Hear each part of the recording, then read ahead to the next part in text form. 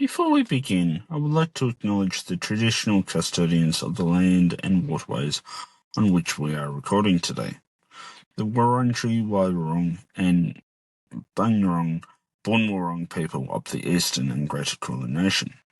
We pay our deepest respect to their elders past and present, and we extend that respect to all First Person nations people listening today. We honour that their sovereignty was never ceded to begin with. We acknowledge their enduring and unbroken connection, as well as the contributions. Their storytelling, continued fight, deep understanding, commitment, and their continued care for country, lands, waterways, sky, culture, and communities.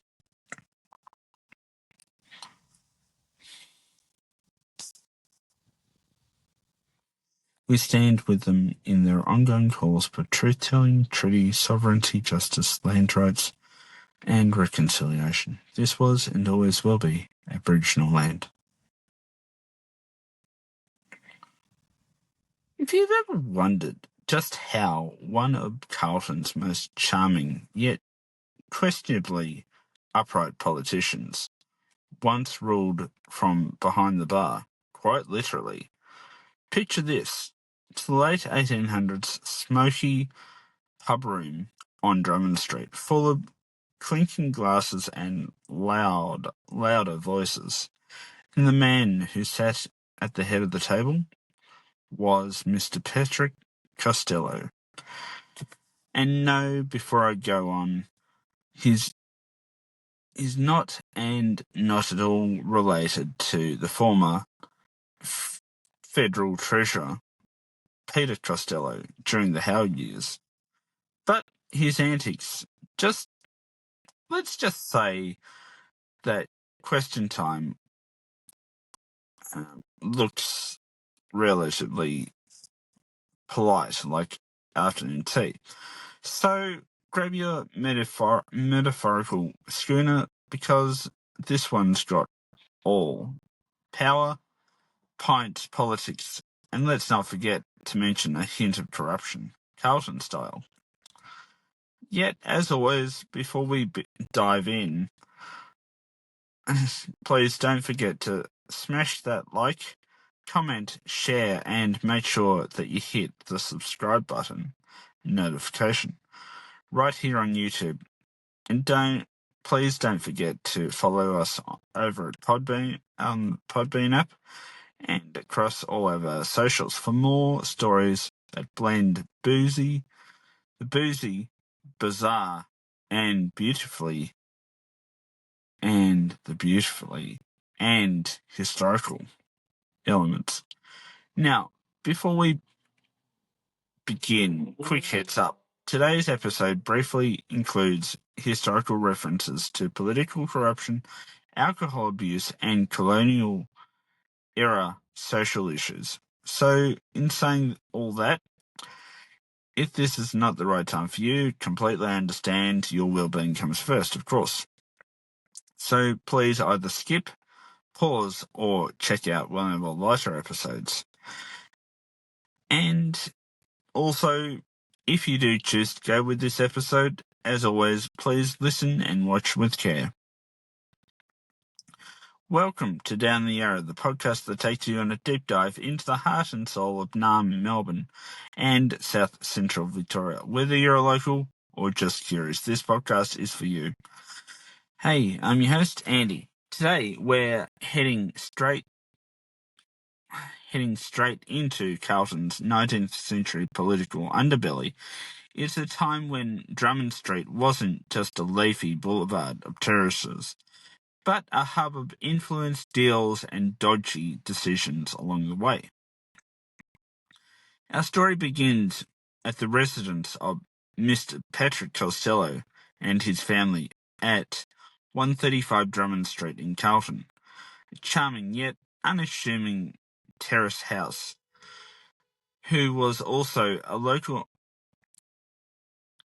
Costello was a local businessman, brewer, and not to mention an early Victorian political character who blurred the lines between public servant and publican. Costello was a self-styled man of the people. He rose through the ranks of local politics with charisma and pints in equal share.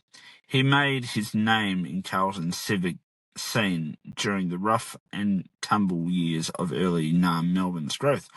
When the city was booming, the pubs were thriving, and the lines between moral duty and self-interest were, well, let's just say blurry at the best of times. Patrick Costello presided over the meetings at the Victorian Legislative Council. But let's just be completely honest here. Some of the sittings looked like extended pub sessions than political debates. One now infamous meeting ended up with Costello declaring, allegedly mid-toast, that the entire street of Drummond Street should be beautified to reflect Carlton's growing status as a cultured district. With a civic, it was civic pride through a boozy lens, and this, the call to beautify Drummond Street, was born. Fancy ironwork, manicured plantings, gaslights, the kind of gentrification that would make a 21st century planning committee blush with envy. And of course, behind the face of beautification lied the usual suspects, 19th century suspects, of course. Land speculation, mate contracts, and, of course, political favours. Costello wasn't a villain. He was more a product of his time. The colonial political scene was still forming. Checks and balances were, as we expected today, were simply not there. Parliament was much about personality as it was politics. And Patrick had plenty of both. His reputation for bluster and blurring the line between civic duty and pub loyalty made him beloved locally. However, on the other side of the coin, he was seen as a notorious figure for anyone outside that area.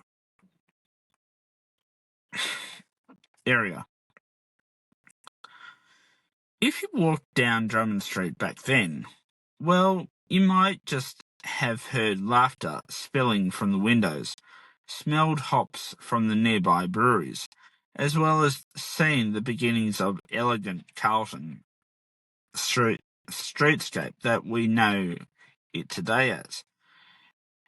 It was partly thanks to, as well as partly in spite of, Costello's beautification campaign.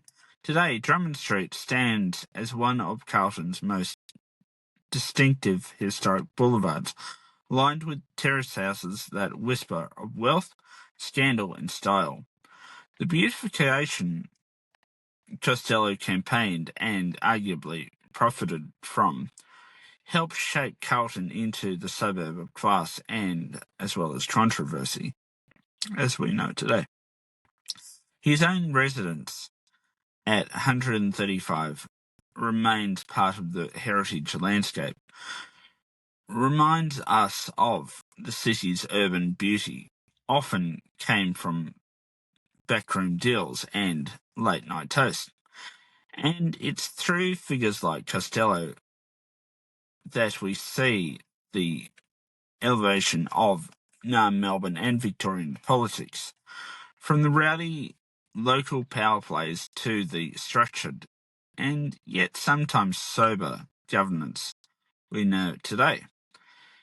Patrick Costello's name doesn't appear in school textbooks, but his influence in the city's architecture, street planning, and cheeky yet cynical political culture that Melbourne sometimes still carries to this day.